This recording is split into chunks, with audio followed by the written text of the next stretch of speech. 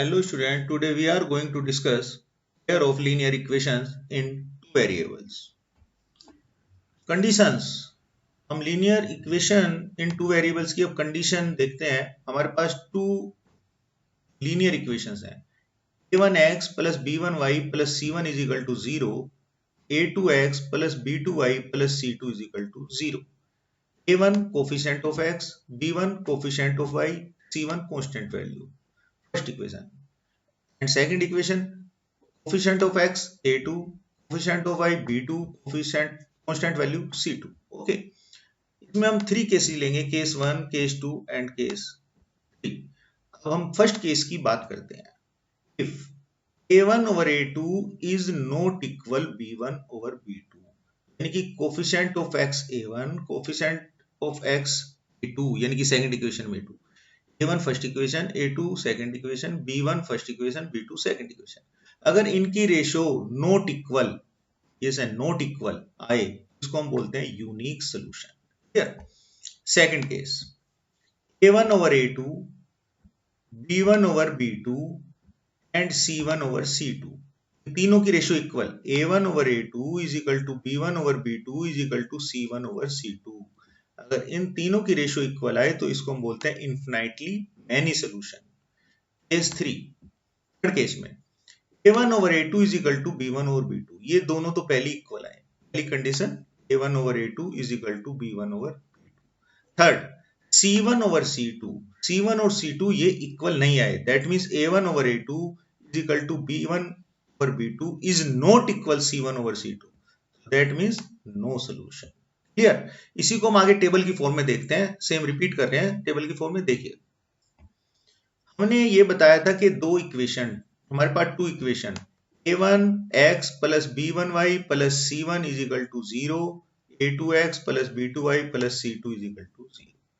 First case हमारे पास क्या था, if a1 over a2 is not equal b1 over b2, हमने बताया था यूनिक सॉल्यूशन. इसको हम कंसिस्टेंट पेयर ऑफ इक्वेशंस भी कह सकते हैं. इसको हम ग्राफिकल में, ग्राफ में हम इंटरसेक्टिंग लाइंस कहते हैं, यानी कि जहां पर भी ग्राफ टू लाइंस इंटरसेक्ट करती हैं, डायरेक्शन कोई भी हो सकती है, इंटरसेक्ट करती हैं, उसको हम इंटरसेक्टिंग लाइन कहते हैं. Clear. If a1 over a2 is equal to b1 over b2 is equal to c1 over c2, अगर ये तीनों हमारे पास इक्वल हैं तो हमने बताया था इसको क्या कहते हैं, इन्फिनाइटली मैनी सॉल्यूशंस. इसको हम सेकंड में कंसिस्टेंट भी बोलते हैं. ठीक है. कंसिस्टेंट ये हमारी ग्राफिकली होती है, इसमें हमारे पास जो लाइन आती है, एक के ऊपर एक लाइन, एक के ऊपर एक सेम लाइन आएगी. क्लियर.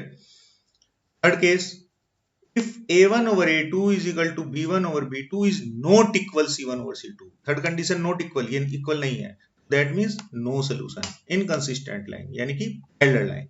इसमें ग्राफ में हमारे पास दोनों इक्वेशन पैरेलल आएंगे, पैरेलल लाइन. क्लियर. इस तरह से हम ये ग्राफिकली या एल्जेब्रिकली बता दें, कंडीशन को हम सोल्व करते हैं. ओके. एनसीईआरटी एक्सरसाइज 3.2, 3.1 हमने पिछले वीडियो में करा दी थी.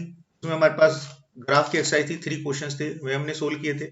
अब हम ये 3.2 एक्सरसाइज एनसीईआरटी करते हैं. देखिए, इजी एक्सरसाइज है, ध्यान से देखना. हमने बताना है हमारे पास जो भी ये इक्वेशंस हैं, इसमें ये equations intersect at A point या पैरेलल या कोइंसिडेंट, इन तीनों में से एक कंडीशन है, कौन सी है इनमें तीनों. अब हम कैसे निकालेंगे देखना. a1 over a2 and b1 over b2 and c1 और c2 की वैल्यू निकालेंगे. उसको निकालने के बाद हम कंडीशंस देखेंगे कि कैसे लिखते हैं. क्लियर. क्वेश्चन देखते हैं, आगे देखिए question. First part, 5x minus 4y plus 8 is equal to 0, 7x plus 6y minus 9 is equal to 0. सबसे पहले हम निकालेंगे a1 over a2, देखिए कोफिशिएंट ऑफ x, पहली इक्वेशन के लिए हमने यूज किया a1, सेकंड के लिए किया a2. कोफिशिएंट ऑफ x 5, इसमें 7 सेकंड में, that means 5/7. Clear. b1 over b2, b1 over b2 sign के साथ लिखेंगे हम. b1 की वैल्यू -4, b2 की वैल्यू 6, -4 डिवाइड बाई 6. अब देखो, a1 over a2 5/7, b1 over b2 -4/6. क्या ये दोनों इक्वल हैं? नहीं है. अगर ये इक्वल नहीं है तो तीसरी कंडीशन को हम नहीं निकालेंगे. अगर ये दोनों इक्वल आ जाती तब हमें c1 और c2 निकालना पड़ता. अब ये दोनों इक्वल नहीं है तो that means a1 over a2 is not equal B1 over B2। ये कौन सा सोल्यूशन था? यूनिक। हमने टेबल में देखा होगा, पीछे टेबल याद कर लेना, तो उसमें देखा होगा इंटरसेक्टिंग एट ए पॉइंट, यानी कि ये लाइन इंटरसेक्ट करेंगी ग्राफ पर। क्लियर? सेकंड पार्ट देखते हैं। Yes, 9x plus 3y plus 12 is equal to 0. 18x plus 6y plus 24 is equal to 0. Similarly, a1 over a2 coefficient of x, first equation and second equation, इसमें हमारे पास 9 है, इस पर 18 है, तो 9/18। जब हम इसको सिंप्लीफाई करेंगे तो that means 1/2। b1 over b2, हम इसकी value y coefficient of y, b1 और b2 3/6, that means 1/2। c1 over c2 constant value, c1 over c2 12/24, c1 over c2 12/24, that means 1/2। देखिए a1 over a2 1/2, b1 over b2 1/2, c1 over c2 1/2, तीनों equal हैं, तो that means a1 over a2 is equal to b1 over b2 is equal to c1 over c2। जब ये condition तीनों equal है तो हम इसको क्या कहेंगे? Coincident lines. क्लियर? इस तरह से हम ये क्वेश्चन सोल्व करेंगे। नेक्स्ट क्वेश्चन देखते हैं। Comparing the ratio a1 over a2 b1 over b2 c1 over c2। इसी तरह से हम क्वेश्चन सोल्व करेंगे जैसे हमने पिछली बार किया था, इससे पिछला क्वेश्चन। हमें इसमें बताना है कंसिस्टेंट और इनकंसिस्टेंट लाइन कौन सी होती है। पहले हमें यह पता होना चाहिए कंसिस्टेंट लाइन कौन सी होती है और इनकंसिस्टेंट कौन सी होती है। हमने टेबल में भी बताया था।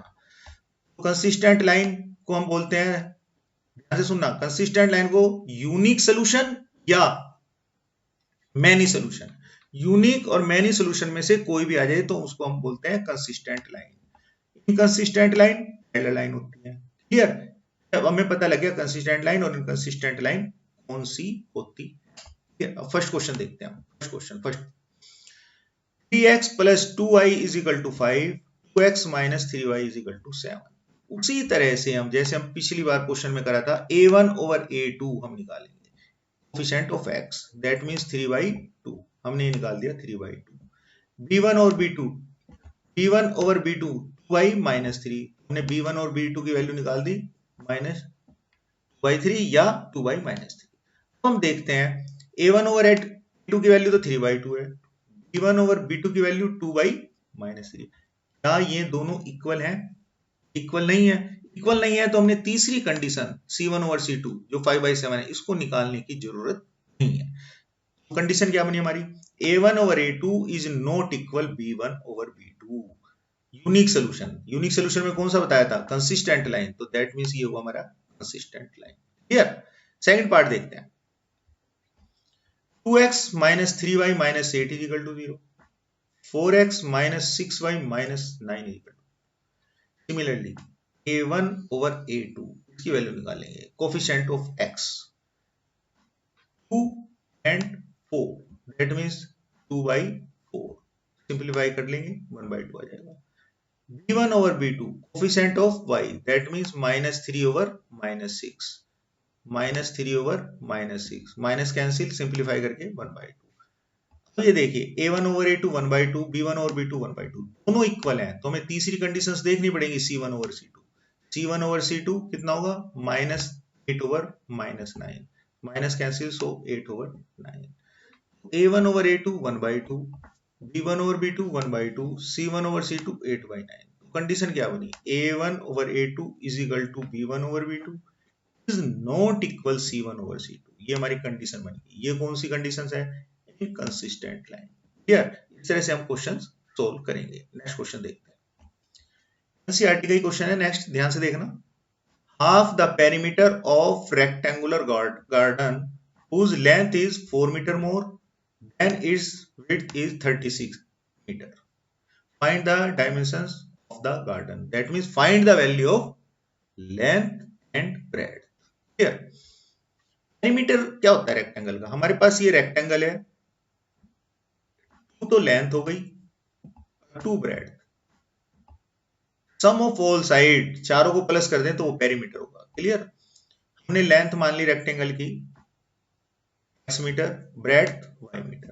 पेरीमीटर क्या होगा? फॉर्मूला, लेंथ x थी, breadth y, so perimeter is equal to 2 into x plus y, ये पेरीमीटर हुआ। क्लियर? अब अकॉर्डिंग टू क्वेश्चन देखते हैं। हाफ पेरीमीटर, हाफ वर्ड लगा दिया, हाफ हमने यहां लिख दिया इनटू पेरीमीटर, पेरीमीटर का formula 2 into x plus y is equal to 36 दिया है, इजिकल टू हमने 36 लिख दिया। 2 हमारे पास ये कैंसिल हुआ, हमारे पास बच गया x plus y is equal to 36। ये हमारे पास फर्स्ट इक्वेशन। क्लियर। सेकंड देखते हैं। Length is 4 metre more than the width. Length हमारे पास x है, ब्रेड्थ हमारे पास y है, वो कह रहा है इससे 4 ज्यादा है, y प्लस 4, तो x is equal to y plus 4। ये हमारे पास सेकंड इक्वेशन। क्लियर। अब फर्स्ट एंड सेकंड इक्वेशन को सोल्व करने के बाद हम x और y निकालेंगे। Find x and y। ठीक है।